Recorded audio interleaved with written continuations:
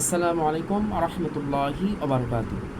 তিনটি জিনিসের মধ্যে মানুষের জন্য রোগ মুক্তি রয়েছে। বুখারী শরীফ হাদিস নাম্বার 5681। আন ইবনে আব্বাস রাদিয়াল্লাহু তাআলা আনহু আনিন নবী সাল্লাল্লাহু আলাইহি ওয়াসাল্লাম قال আশ-শিফাউ ফি সালাসাতিন। নবীজি বলেছেন তিনটি জিনিসের মধ্যে মানুষের জন্য রোগ মুক্তি রয়েছে। এক নাম্বার ফি শারতাতি মিহজামিন, শিঙ্গা লাগানোর মধ্যে।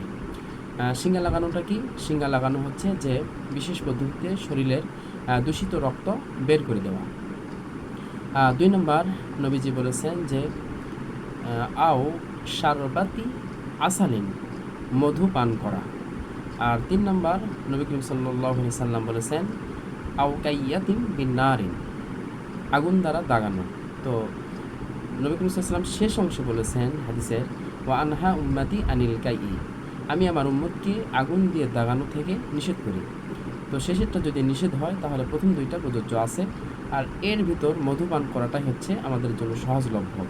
তো আসুন আমরা বেশি বেশি মধুপান করি, আমরা সুস্থ থাকি। আল্লাহ তাআলা আমাদের সকলকেই সুস্থ রাখুন, আমিন।